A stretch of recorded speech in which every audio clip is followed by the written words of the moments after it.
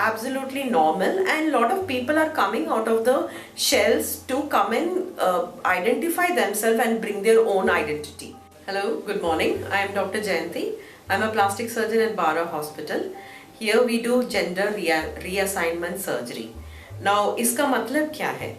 Okay, now एक इंसान mail और फीमेल कब होता है? जब उसकी माँ के पेट में होता है, उस समय हॉर्मोन्स की वजह से एक कोई भी इंसान जो है मेल और फीमेल पैदा होता है. पैदा होने के बाद now what happens is they can not, जो भी जेंडर होता है उसके साथ रिलेट नहीं कर पाते.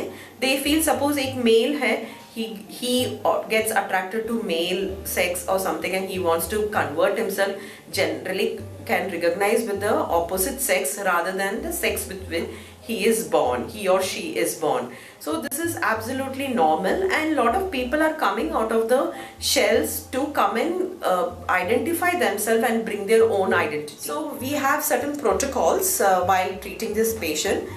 The patient will first undergo psychiatric evaluation. My psychiatric colleague will be giving you in-depth, where he or she will come to know about the patient and their family and how firmly they believe about the conversion of the gender. तो आज हम बात करेंगे gender identity disorder, जो एक पुराना नाम था जिसको रिप्लेस कर दिया गया है जेंडर डिस्फोरिया के नाम से. इसका कहने का मतलब यह है कि it is no longer a disorder. जो आदमी चाहता है कि सेक्स चेंज सर्जरी करवाना चाहता है, उसमें कोई वो डिसऑर्डर नहीं है, वो किसी तरह की बीमारी नहीं है, लेकिन एक डिस्फोरिया है. डिस्फोरिया का मतलब वो खुश ही नहीं है अपने असाइंड जेंडर के बारे में. तो ये चेंज अभी रिसेंटली किया गया है DSM-5, जो अमेरिका की एक एसोसिएशन है, साइकेट्रिक एसोसिएशन, उसके द्वारा, कि इसको जेंडर आइडेंटिटी डिसऑर्डर को डिसऑर्डर ना बोल के जेंडर डिस्फोरिया का नाम दिया गया है.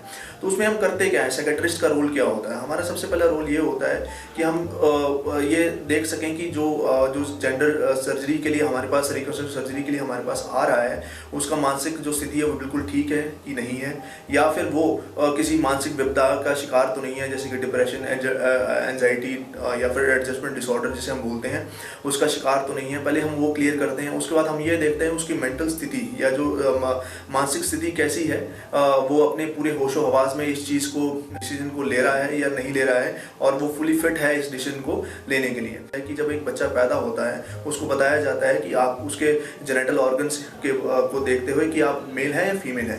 2-3 साल की उम्र तक बच्चे को ये नहीं पता होता कि वो एक लड़का है या लड़की है. 3-4 साल की उम्र के बाद उसको एहसास होना शुरू होता है कि वो एक लड़का है या एक लड़की है. लेकिन कई बार कुछ बच्चे ऐसे होते हैं जो अपने आप को लड़का होते हुए भी लड़की की तरह नहीं रखते हैं, वो एक्सेप्ट नहीं करते कि वो लड़का है. जैसे कि वो लड़कियों के कपड़े डालेंगे, लड़कियों के साथ ही खेलेंगे, लड़कियों के टॉयज़ के साथ ही हमेशा खेलेंगे, उसको आइडेंटिफाई जो है अपने आप को एज ए लड़की करेंगे, लड़के के जेंडर होने के बावजूद भी. ये बच्चों में भी बच्चों में हो सकती है, एडोलेसेंट्स में हो सकती है, इवन आफ्टर 20-25 ईयर्स के बाद भी ये चीज़ एहसास में आ सकती है पेशेंट के. तो इसमें हम सारा उसको इवेल्यूएट करते हैं साइकेट्रिकली और साइकोलॉजिकली, और उसको हम क्लियर गो हेड देते हैं. फिर उसको हम प्लास्टिक सर्जरी विभाग और एंडोक्राइनोलॉजी विभाग पेशेंट को सौंप देते हैं. So after that the patient will undergo hormonal therapy.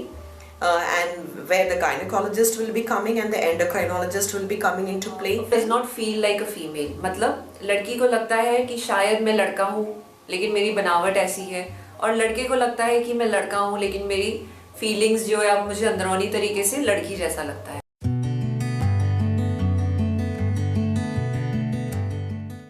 First we'll consider converting a female to a male. Okay? सो आपकी जो ऑर्गन्स फीमेल के होते हैं उन्हें या तो हम निकाल देते हैं या हम उन्हें कन्वर्ट कर देते हैं कि वो मेल अपीयरेंस में आते हैं. Now what does this include? Females have uterus, ovaries, fallopian tubes and breasts, जो आपको मेनली फीमेल जैसे बनाते हैं. So you can remove your breast by a surgery. It is very easy and convenient surgery in today's time. Now come your uterus, ovaries and tube, जिन्हें हम गर्भाशय, अंडाशय और ट्यूब्स कहते हैं. इनको भी निकाला जाता है. इनको निकालने के कई तरीके हैं. By many ways you can do it.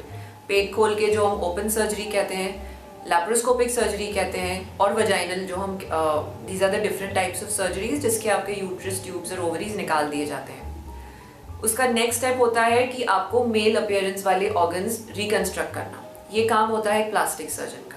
This is regarding this surgery. लेकिन अगर आपके ऑर्गन्स ही निकल जाएंगे तो आपको हार्मोनल सपोर्ट की ज़रूरत पड़ती है.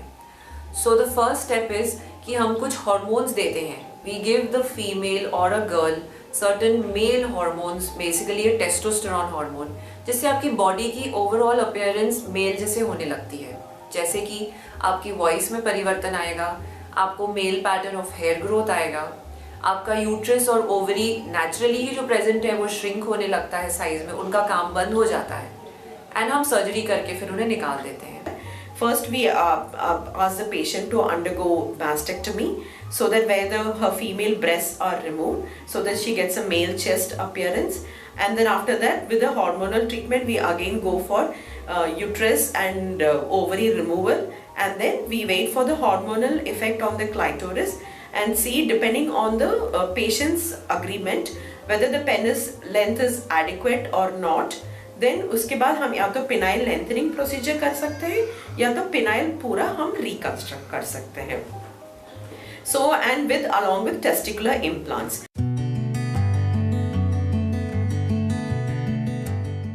नेक्स्ट एक टाइप ऑफ सर्जरी है to convert a male to a female. Okay, now again you need certain hormonal treatment throughout, क्योंकि आपकी बॉडी में हार्मोन्स नहीं बनते हैं.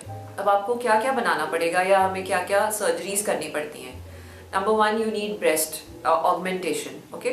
Now this can be initiated. ये शुरुआत हम हार्मोन सप्लीमेंट से कर सकते हैं. एंड अगर आपको ज़रूरत पड़ती है तो हम ब्रेस्ट इम्प्लांट्स भी करते हैं. जो फीमेल हार्मोन्स होते हैं ईस्ट्रोजन, प्रोजेस्टेरॉन, ये आपकी बॉडी में सफिशिएंट नहीं होते हैं, सो ये आपको सप्लीमेंट किए जाते हैं.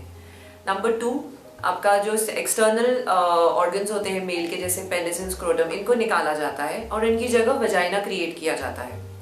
Again, this is part of a plastic surgeon plus a gynecologist, so this can be dealt very conveniently. From male to female, then we have the other procedure in which we first create the breast part and then जहाँ पे implants वगैरह डाल के उनको breast पहले बनवाते हैं. Then after that we just remove the male sexual organs and then we recreate the female sexual organ so that they can have a sexually a normal life. But in this case they have to remember they cannot produce babies like a normal female. We have other techniques to do that. So whoever has these problems, we are most welcome. We are open with a wide arms. You can come and always confess to us regarding all these issues.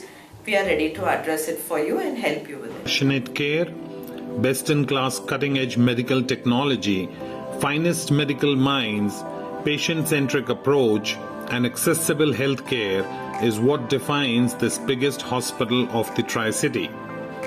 Bahara Super Speciality Hospital, built over 12 acres, would be having 1,200 beds, providing world-class healthcare in the fields of neurosciences, oncology, cardiology and cardiothoracic surgery, urology and nephrology, organ transplant, pulmonology, gastroenterology, orthopedics and joint replacement, critical and intensive care, emergency and trauma, mother and child, cosmetic and maxillofacial surgery, general and laparoscopic surgery, and 30 other specialties and super specialties.